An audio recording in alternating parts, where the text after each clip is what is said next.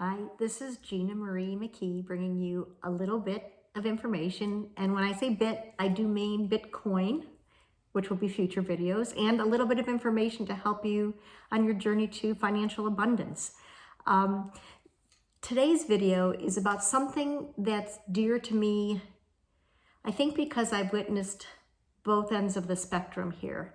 And it has to do when you are joining finances with another person. You kind of need to be on the same page, or at least understand each other's philosophies about money and make sure you buy into it before you buy into the big picture of moving forward in your journey. And before this video, I just researched, we all hear that one of the main reasons people get divorced and the divorce rate is so high is because of finances. And I looked at a variety of sites, and in some sites, it's the #1 reason for divorces. But it's always in the top 5, number 2, number 3 usually. And I think it comes down to not only the financial piece, but the piece of trusting each other, believing that the other person is a steward of your money and trusting them for the way they handle that resource for both of you and for themselves. And it really does end up being for both of you. And in teaching nursing, I did have lunch with my nursing students when we were at clinical sites. So I was able to get into the heads and hearts of a lot of younger people. And the concept that came up that was very interesting to me is many in that group didn't see themselves as getting married and truly having a real partnership in the sense that people from my generation had partnerships. They even coined the term, I don't know if they coined it, they found it, was leading parallel lives. And sometimes you can actually have different people that you parallel with. So what they're basically saying is marriage didn't need to be involved. They can have a child together without being married, and they would lead the parallel life of parenting that child. It could be someone that they're parallel with on the way they spend their free time. It could be the way they parallel their lives on a spiritual journey. It was quite an interesting concept, not one that I was familiar with, but I still believe there will be several people who really do have the traditional marriage that we think of, or domestic partners, whether it's heterosexual relationships, any combination where you are really blending your lives and blending them in a way where the finances becomes a piece of it. And so, like I said, I saw the opposite ends of the spectrum. When I got married for the second time, I was 41 years old. I'd already established myself independently and knew what was important to me financially. I'd become very clear about what was important to me financially. And my current husband was also very clear about what his financial situation, financial goals were.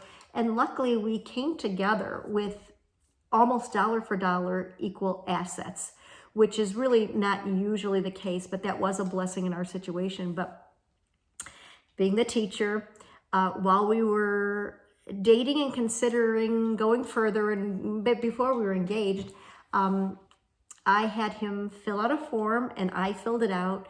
And then one night on our date night, with a glass of wine, we shared our responses. And it gave us an opportunity to talk about some things where we weren't really aligned and how to work through those. We came up with some great plans, and I'm going to share some of them with you. We didn't really have a lot of differences.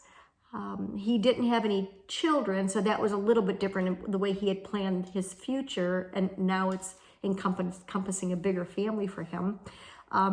But that was very eye-opening. So that was the positive, because we really have had a very successful financial journey. And I'm not talking about the dollars, although we're very secure with dollars. It's been really a joy figuring out our plan together and readjusting as new pieces come into the equation. And I always draw from nursing, and here I'm going to draw from the concept of triage. So you think you have what's important to you. That's what happens in nursing. And then there's new information that comes in, or a new situation comes in, and now everything's in the air again, and you have to pick the most important to take care of first. So we have been able to financially triage very successfully together.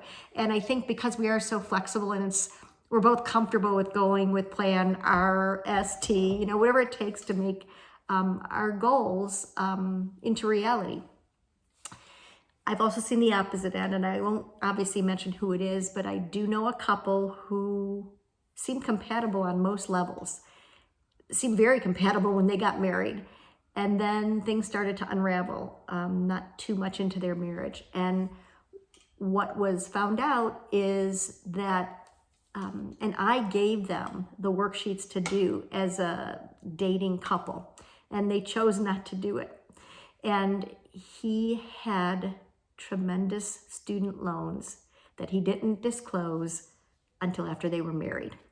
And that changed the fabric of their relationship. I think trust was the biggest issue that became the problem for them. And had they done this worksheet, it would have come out in the open, and they would have been able to work through it and see if they could move forward together, rather than her feeling that she was blindsided by taking on some debt that she didn't even realize she was taking on. So I think it's real important. And what I want to do in this video is I made a sample. I can't find my papers from when we first got married. I know I have them, but we just moved in July, and I will find them and share them with you when I find them. But I have some papers that I created, and I'll put them in the comment section below, so you can either use these or make them up. So if you know a young couple or an older couple who's going to be merging lives, share this with them. Either let them watch this video, and oh yeah, I'm supposed to say subscribe. I guess the button's down here, so here someplace. That would be helpful.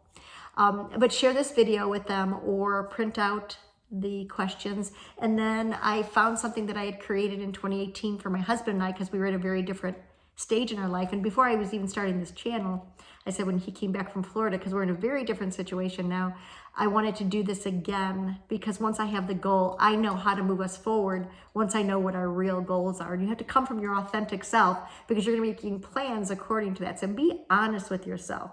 So I'm going to read you through some of these sentences and tell you kind of my take on some of them. And then I will post it below. So first, start with a fun question. So if you're just getting together on your financial conversation. So the fun question is, if you were given $1 million and had to spend it, not save a penny, spend every last dime, what would you buy? And dream big, because it lets you into the heart and soul of the person that you're going to be possibly spending your life with. What goals do you have for a home or an apartment? And what percentage of our combined income are you willing to spend on a place to live? Now, if you're really buying something, the bank is going to tell you kind of what you can spend to live. But it's good to get on the same page and, not have a house or an apartment that's too big for your budget and then cause you stress. How much credit card debt are you comfortable having at any given time? And this was something I was very clear about when I was getting married, that I wanted no credit card debt. I use my credit card for everything. I don't usually carry very much cash on me. I don't have cash in the house. I use the credit card for everything, but we pay it off every month. And that's important to me. I will never pay interest for a credit card. What are your feelings about owning new cars versus used cars? And that was important to me because my husband is a car guy. And so we had some good discussions about that. And I will get my way in a little bit, and I will get my first new car since I've been really young. What are your 3 favorite ways to spend your time off? How often would you like to do this activity? What does each of the 3 activities cost each time? So let's say it's golf. What does it cost you for a round of golf? Are you willing to sacrifice these activities if there's a cost, and if we are saving for something we both decide to purchase or do? So this will get you into the heart of the person, that if you are wanting a new car, are you willing to give up golf 1 time a week and save $50 a week to put toward a new car, which that'll open up some pretty good discussions. How much money do you think that we should keep in an emergency fund and not touch it for anything except true emergencies? And those emergencies would be things like one of us lost our job, got laid off for a while, our car totally broke down and we need to rent a car for a few weeks. Those are kind of emergency situations. How much savings would you like to have at any given time? And what types of items or experiences would be used with this money? What percentage of our combined income are you willing to put in long-term / retirement accounts? It's really important to start thinking about the long-term. Even if you're in your 20s, that adds up, and we'll talk about compounding interest in a video and how that really is on your side. So the earlier you start thinking about your golden years, the better off you'll be. How much debt do you have at this time? Wink, wink. It comes up. For student loans, car, credit cards, personal loans, etc. Break it all down so there's nothing hidden, and then everything comes out in the open. What do you think should be budgeted for gifts each year? And it's amazing how there's a difference there. Gifts for each other, Christmas gifts, birthday gifts for each other, and then gifts for family and friends. So when you're young, you may have several weddings to go to a year, and that could add up. And how do you handle that in your budget? And that discussion should be had, especially when you're young and your friends are getting married and there's lots of nieces and nephews and there's Christmas and birthdays, and how do you handle that? What types of goals that require money, do you have for the next 5 years? Does your partner want to start a business? Do they want to add to a hobby they have? Do they want to invest in rental property? Like what are those goals? What types of things have knocked you off your track for being able to save in the past? And that opens up a lot of great discussions, because you could see how maybe being accountable to another person will make it so there's not so many obstacles to saving when you have another person to make sure you're staying on track. Some of those things might just go away. Are you willing to work extra hours if the finances get tight and we decide to stay on track with our financial goal?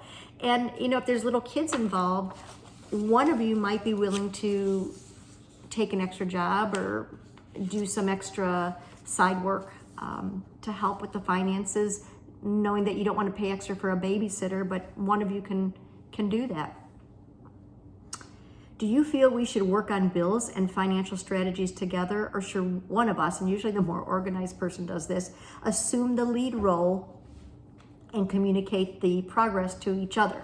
And when we first we were dating and when we were first married, we thought we would do it together.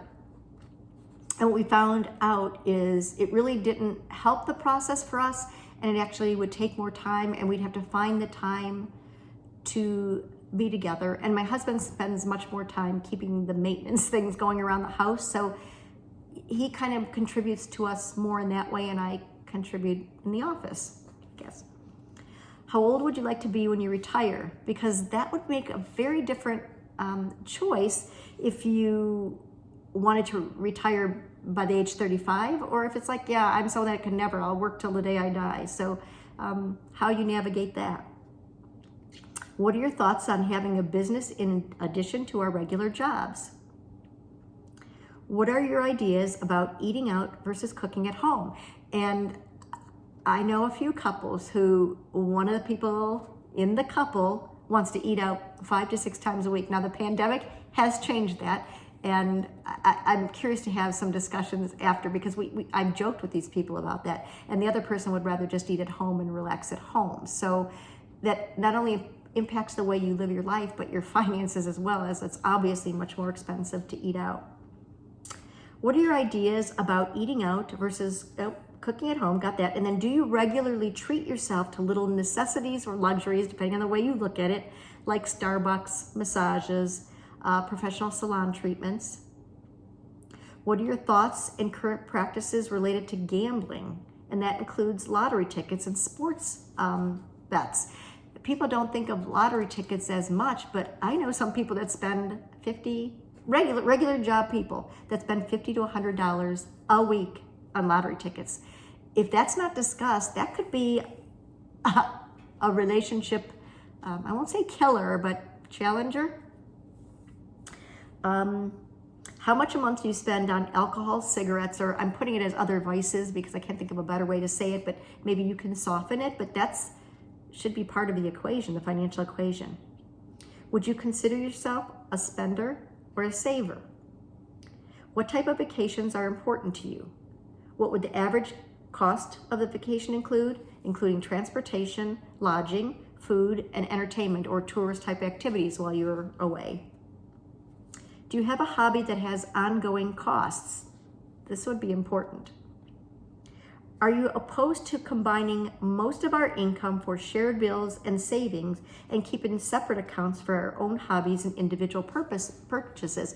And this became very important to me and my husband. And because of it, it has not cost 1 ounce of time or discussion or consideration. So we each have our regular jobs that we put into combined accounts. Then any side jobs I have or any side jobs he has or restoration of cars that he has, we put into our what we call our play money.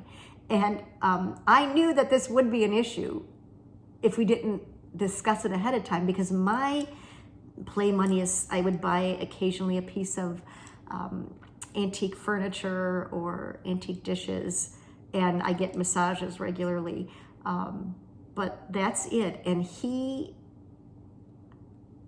dabbles, it's much more than dabbling.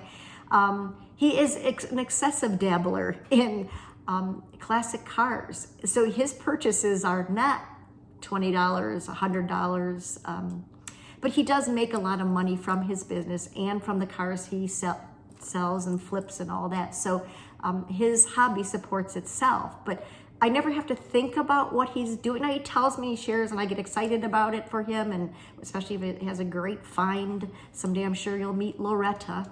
I don't even know what it is, a very old car, and it's just so pretty. But that's not something I had to even consider. He did that from his fun money. What dollar amount would be the threshold where a conversation would need to take place before a purchase could be made with our money? And this just happened today even. My husband called from Florida, and we had talked about it in the past that we were going to get some limbs cut off of a tree to create more wind because of hurricane winds and all that. And one of them is very close to the house. And he called me today and told me he got the quote for $900, and it was like, ooh, I think we need maybe a second and third opinion too. I wasn't counting on that. But luckily he didn't just go ahead and just do it. I mean, in concept, I was good, and he knew that, but he called me and we decided to get 2 to 3 more estimates before we make a decision on that. So yeah, $900 would definitely be a threshold, but I think for lowering it is also good. It's going to be different for different situations, different points in your life, and it will probably change as you mature as a couple. But you need to figure that out, because you don't want that surprise on the credit card of $900. And then this, I think, is really important, is what is important for you to have in a partner when it comes to our finances. So it's really important to talk about what your expectations would be of me, what my expectations are of you, and see if they jive. Do I expect you to save like I'm saving? Or is there wiggle room for this? Or do I expect you to contribute because you make more, contribute more to the pot? So have those discussions. Those are very valuable. And I just want to show you I won't go over all of them, I guess, because we covered a lot of things in the first pages, but some of the questions that came up that I asked my husband in 2018, and we fill these out and then we discuss them. Was it more important to pay down the debt on our house? So we just downsize a lot, and I'm sure I'll be talking about that in one of the videos too, about your house not really being an asset. We'll talk about that. So do we want to pay down the debt or do we want to use that money that would be paying down the debt for our lifestyle at this point in our life? So that was a discussion. I needed to know how much money he wanted in the savings account that we keep in Florida. So he can, if he sees a car down there that he wants, I mean, he could replace it with his money at some point, but he has cash down there to buy that perfect treasure and then replace the money. So I needed to know that. And then other than our Mexico and Hawaii vacations, what do you envision as big vacations that you'd like us to take now? Now, this was pre-pandemic, so I don't think I'm going any place where I can't drive home, because I was in Cabo when the middle of March last year, and I was down there with my female friends, and we checked out rental car companies that if we had to drive up the Baja, walk across the border with our suitcases and then get in another car, we could do it. So, you know, other than the pandemic, we had big dreams, but I'm not sure what that future is going to look like now. So I have to redo this question. What big projects do you want to do at the lake house in Florida, or what big projects did you want to do here? So you break it down so you can plan for it. What do we want to do for Annika financially? That's our granddaughter in Florida. So I want to make sure we're on the same page there so we can start planning. But her daddy is such a financial whiz that she's not going to need much from grandma and grandpa. Her daddy is going to make sure she's taken care of. What does money mean to you at this point in your life? What kind of freedom does it give you? I asked, I'm going to be retiring within the next couple years, and I asked him, what kind of considerations do you want to consider when we're related to us both being retired? And then I also asked him the $1 million question. If he had $1 million that he had to spend, what he would buy. So those are the questions that I have. Please share that with anyone you know that's merging lives, that maybe is in the early stages of planning for their future. Well, I hope that was a little bit of help. Have a great day.